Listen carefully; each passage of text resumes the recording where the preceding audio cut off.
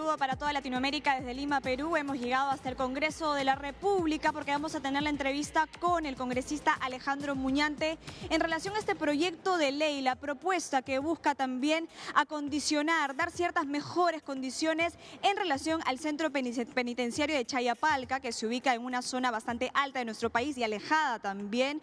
Y por otro lado, la rehabilitación, poder utilizar la cárcel del Frontón, que de hecho hace más de 4 décadas no tiene tampoco ningún tipo de actividad, ha sido abandonada. ¿Cuáles son los costos? ¿Qué tanto enciende la polémica un tema como este? Vamos a hacerle la consulta, por supuesto, al congresista que ya se encuentra con nosotros, porque la inseguridad ciudadana sigue avanzando y a pasos agigantados en nuestro país, y el hacinamiento penitenciario es uno de los problemas y muy grandes que también tenemos, porque finalmente luego de los casos, de los juicios, a veces no hay a dónde enviarlos. Y incluso por parte de la mandataria Dina Boluarte también hubo una intención de mejorar este tipo de sucesos, pero realmente no hemos tenido un avance potencial en ese sentido. Así que le agradezco a esta hora de la tarde la presencia al congresista Alejandro Muñante, que nos regala unos instantes para preguntarles cuáles son las motivaciones, a qué responde este proyecto de ley. Bueno, hay una situación crítica en nuestro país. Vivimos una creciente inseguridad ciudadana y también vivimos un problema de hacinamiento desde hace varios años.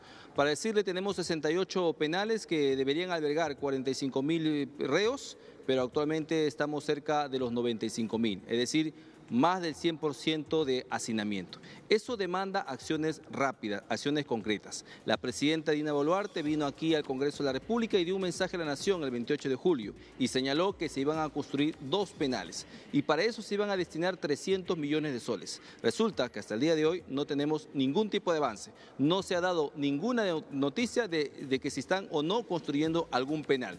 Entonces, estamos ante un problema grave y hay una sentencia del Tribunal Constitucional, además, que ha señalado que si al 2025 no se acaba con el problema de hacinamiento, deberán cerrar varias cárceles y los reos deberán ser reubicados, dice la sentencia, en penales donde no exista hacinamiento. La pregunta que hago es, ¿qué penal no está hacinado en nuestro país?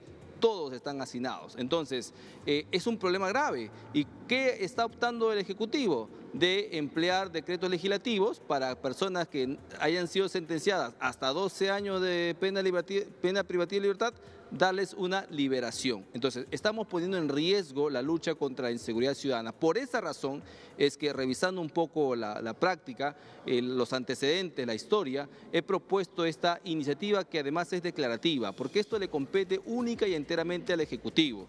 El Ejecutivo no necesita mi proyecto de ley para hacer una cárcel, pero ponemos sobre la mesa este debate. ¿Y por qué el Frontón? ¿Por qué el Frontón? Bueno, ya existía allí un penal hace varias décadas. Desde el tiempo de Leguía hasta el primer gobierno del señor Alan García existió este penal. Las condiciones tenía, había un equipo, una logística que sostenía este penal. Entonces, es viable, ¿por qué? Porque es un terreno que se encuentra saneado, ¿no? Es un terreno que además le pertenece al Estado. Si nosotros queremos construir un nuevo penal, sucede que la gran mayoría de terrenos que se usan para esta construcción no están saneados. ¿Cuánto tiempo se demora el trámite para sanear un terreno de esta naturaleza? Cerca de 5 años. Después de 5 o 7 años, recién iniciaríamos con la construcción. ¿Estamos para esperar todo ese tiempo? No, por eso que el Frontón podría servir incluso hasta como una especie de prisión temporal, en tanto que se construye una megacárcel en el Perú. Así como el Frontón, también proponemos la ampliación del penal de Chayapalca. Justamente hay un terreno enorme alrededor de este penal que podría ser utilizado para poner allí a los más avesados delincuentes. Solamente aquellos delincuentes que han sido sentenciados por sicariato, homicidio calificado, robo agravado, tráfico ilícito de drogas, deberían ir a estos penales. Eso es lo que hemos propuesto a través de la iniciativa legislativa. Ahora, luego de esta moción ya ha salido a hablar el alcalde de Tacna también, señalando su rechazo total y contundente ante este intento de ampliación y mejora, por decirlo, de Chayapalca, precisamente por los habitantes, los ciudadanos que viven cerca de 15 kilómetros, y se cuestionaba, ¿no? ¿Cómo es posible que ellos de repente no cuenten con luz, con internet, con saneamiento, mientras que sí lo van a tener, digamos, los presidiarios? ¿Qué responder ante este tipo de situaciones? Es el alcalde de Tarata y creo que hay un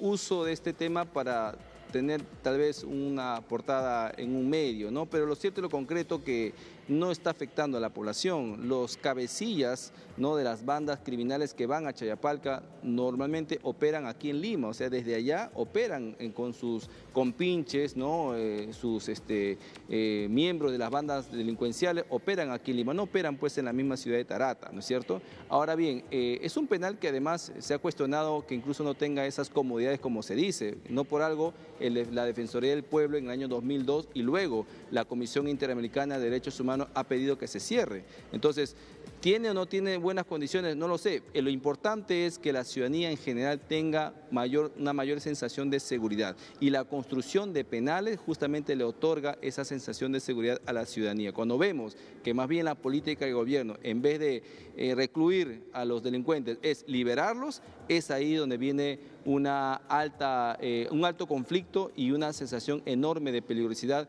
que hoy vivimos como país. Volviendo a los dos proyectos, hablando también en este proyecto de ley, han detallado otros congresistas, como es el caso de Carlos Anderson, que es probablemente inviable por el factor económico. ¿Esto ha sido evaluado ya? Porque entiendo de todas maneras que la motivación responde a ejercer cierta presión también para que tengamos algún tipo de respuesta ante este hacinamiento, pero ¿ciertamente no es viable económicamente?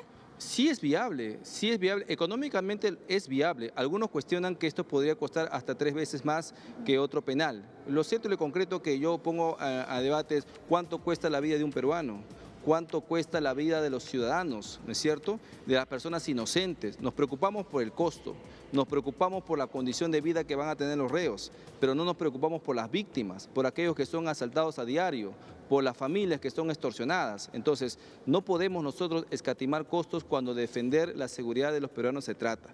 Obviamente, esto va a generar costos, por supuesto que genera costos. Toda construcción de penal genera costos. Le comentaba hace un momento que para poder construir un penal en nuestro país necesita un alto costo también, porque pasa por el tema del saneamiento, levantamiento de terreno, estudio topográfico, etcétera, etcétera, y después de ahí recién viene la construcción. Por supuesto que hay un costo. Entonces, hay que asumir esos costos en beneficio de la seguridad ciudadana.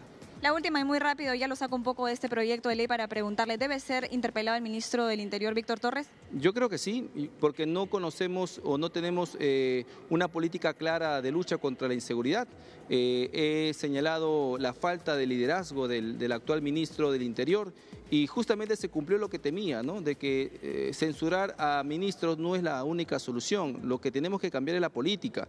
Cambiamos de ministro, pero no cambiamos la política y eso es justamente lo que estamos viendo el día de hoy. Muchísimas gracias, congresista Alejandro Muñante. Han sido todos los detalles del Congreso con ustedes con DNews Latinoamérica.